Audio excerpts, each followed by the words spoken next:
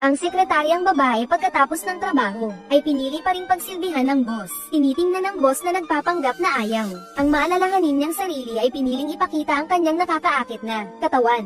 Bilang isang gwapo at mayamang lalaki, si Dazwang ay nakatanggap ng maraming panliligaw at tukso. Ngunit, mayroon siyang isang kaibig-ibig na anak at maalalahanin na asawa. Kaya't pinilit niyang pangalagaan ang kanyang pamilya. Noong gabing iyon, pagkatapos niyang kumain ng hapunan, tulad ng dati niyang ginagawa, pinoproseso niya ang mga dokumento ng kumpanya. Bigla, isang email mula sa sekretarya. Ang gamulo sa tahimik na si Dazwang. Tinitingnan ng mga pribadong larawan na puno ng tukso. Natatakot na matuklasan ng kanyang asawa. Mabilis niyang isinara ang computer. Sa harap ng mausisang asawa, ang hindi kapani-pani walang paliwanag ni Dazwang, ay nagawa pa rin paniwalaan ng kanyang asawa. Kinabukasan, pagkatapos ng morning meeting, tinawag ni Dazwang ang sekretaryang si Shaoli sa opisina. Direkta niyang sinabi, na hindi niya ipagkakanulo ang kanyang pamilya at asawa. Umaasang mawawalan ng pag-asa si Shaoli, sa harap ng pagbabasa ni Shaoli sa kanyang mga kilos. Hindi siya nagpakita ng anumang reaksyon, kahit pa sinabi niyang tatanggalin niya si Shaoli. Sa harap ng panganib sa kanyang trabaho, agad niyang sinabi na hindi na siya magkakaroon ng anumang maling intensyon. Ngunit noong gabing iyon, si Dazwang, dahil sa maraming trabaho, ay kailangang mag-overtime. Nang lumabas siya para kumuha ng tubig, nakita niyang hindi pa umuwi si Shaoli pagkatapos ng trabaho. Sa paanyaya ni Shaoli, muli siyang tumanggi. Ngunit nang makita niya si Shaoli na kusang lumalapit at hindi kailangang managot, nag-alinlangan pa rin siya. Sa sandaling ito, nakahanap si Shaoli ng pagkakataon. Agad siyang sumugod, at gamit ang malumanay na pananalita, ginugulo ang puso ni Dazwang. Tinitingnan si Shaoli na kusang nagpunta, pumayag pa rin siya. Hindi niya alam na sa sandaling ito, ang kanyang asawa, dahil sa takot na si Dazwang, ay hindi pa kumakain dahil sa overtime. Kaya't espesyal na nagluto ng hapunan at dinala sa opisina. Tinitingnan ng maayos na nakabihis na si Dazwang. Agad na pinagsisihan ng asawa ang kanyang pagdududa. Agad na nagmungkahi si Dazwang na iuwi na ang kanyang asawa. At sa sandaling ito, ang sekretarya ay naglakas loob na lumabas mula sa opisina. Si Dazwang ay may isang anak na pinangangalagaan sa kanyang palad, si Ana. Ang magandang si Ana ay madalas na ginagambala ng mga kaklase niyang lalaki sa paaralan. Ang si Ana, na lumaki sa Karangyan, ay hindi kayang makipagtalo sa mga kaklase niyang lalaki na matatalas ang pananalita. Sa bawat pagkakataon, siya ay natatalo. Ngunit sa pagkakataong ito, isang bagong lipat na babae, si Lisa, ay sumugod. Ang kumpiyansa at matapang na si Lisa ay agad na naging kaibigan ni Ana. Bilang pasasalamat, masigasig na inanyayahan ni Ana si Lisa sa birthday party ng kanyang ama. Mabilis na dumating ang birthday party. Ang gwapo at mayamang ama ni Ana, si Dazwang, ang sentro ng atensyon ng lahat. Isa-isa silang nagbibigay ng pagbati kay Dazwang. Sa tabi, ang maliit na sekretarya, si Shaoli, ay nakatingin kay Dazwang na may paghanga. Bilang personal na sekretarya, ilang beses na niyang naisip ang kanyang pag-akyat sa posisyon. At ang kanyang pinakamalaking kaaway ay ang finance manager ng kumpanya, si Wang Jia.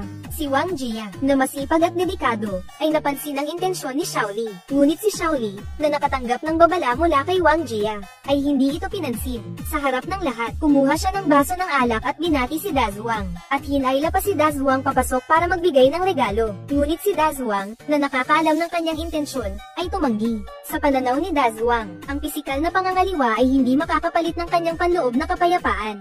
Siya pa rin ang mabuting lalaking nagmamahal sa kanyang pamilya. Mabilis na ipinasok ni Ana si Lisa. Tinitingnan ng bata at nakakaakit na si Lisa. Hindi maiwasang mapatingin ng ilang beses si Dazwang. Ngunit inabot ni Lisa ang kanyang kamay, at hinaplos ang katawan ni Dazwang. Hindi maintindihan si Dazwang ay dali-daling tumayo at umalis.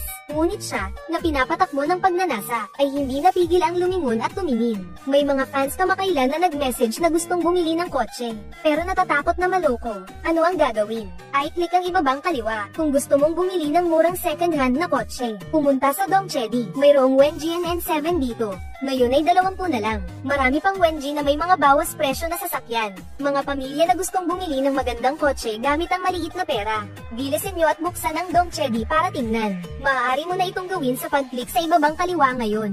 Inakala niyang ito ay isang simpleng pagtatagpo lamang, at mabilis na makakalimutan ang bagay na ito. Ngunit makalipas ang 2 araw, nakatanggap siya ng friend request mula kay Lisa. Nakikita ang prangka at bastos na si Lisa. Ang tanging hangganan ni Dazwang ay pinili niyang tumanggi. Ngunit si Lisa ay hindi sumuko. Hindi siya mapakali sa pag-aalala sa lahat ng bagay ni Dazwang.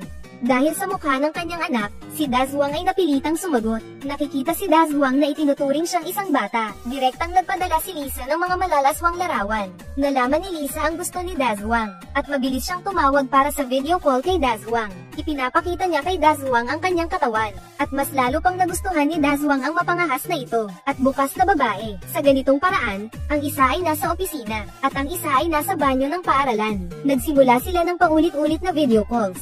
Si Lisa, na madalas ay ilang oras sa banyo, ay nakakuha ng atensyon ng kanyang mga kaklase. Sa harap ng pagdududa ng kanyang mga kaklase, ipinaliwanag niya lamang na masama ang kanyang pakiramdam. Ang dalawa, na araw-araw ay nakakaramdam ng tensyon, at kilig, ay lalong nalulong. Kapag nahaharap sa anibersaryo ng kasal nila ng kanyang asawa, nagtatago rin si Dazuang sa banyo, at hindi lumalabas ng ilang oras.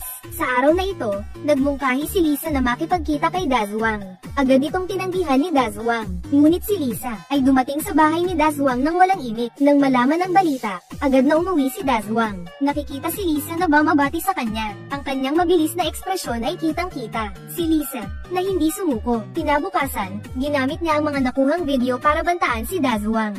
Hinihiling niya kay Dazuang na pumunta sa hotel para samahan siya. Sa harap ng kanyang pamilya, sumuko si Dazuang. Ngunit ito ang simula ng lahat ng bangungot. Nalulong sa kasiyahan. Naramdaman ng dalawa na sila ay nasa iba't ibang lugar, at pagkakataon sa lahat ng oras. At sa araw na ito, dumating ang kaibigan ni Lisa. Hinahanap niya ang kalagayan ni Lisa. Sa harap ng taong pinaka-pinagkakatiwalaan niya, agad na isiniwalat ni Lisa ang lahat tungkol sa kanyang sarili, at ang sikreto ng ama ng kanyang kaibigan. At ang bukas na kaibigan, nang malaman ito, ay nagmungkahi na gusto rin niyang subukan. Kinabukasan, si Dazuang ay kasama ang kanyang asawa na namimili. Habang iniisip kung paano tuluyang makakatakas kay Lisa, bigla siyang nakatanggap ng text. Sa harap ng parehong paraan ng pananakot, napilitan siyang magmadali at humingi ng paumanhin sa kanyang asawa, at nagmadali patungo sa destinasyon. Ngunit pagpasok sa kwarto, hindi niya nakita si Lisa, kundi ang kaibigan ni Lisa. Nakikita ang dalawa na nakasuot ng bathrobe. Nakiusap si Dazuang kay Lisa na pakawalan siya. Sa pagkakataong ito, pumayag si Lisa. Nangako siya na ngayong gabi, basta't maganda ang ipapakita ni Dazuang. Hindi na siya guguluhin mula ngayon. Si Dazuang, na pagod, ay biglang nakaramdam ng pagkahilo. Ngunit nilagyan ni Lisa ng laso ng alak. Si Lisa, dahil sa pang-aapi na naranasan niya noong bata pa siya, kaya't pinahahalagahan niya ng gusto ang kanyang mga pag-aari. Ngunit ang kanyang kaibigan ay nais na ibahagi ito sa kanya. Para kay Lisa, ito ay isang pagtataksil. Ang kanyang galit na kalooban ang nagtulak sa kanya na ipadala ang kanyang kaibigan. At si Dazuang na magkasama magpakailanman.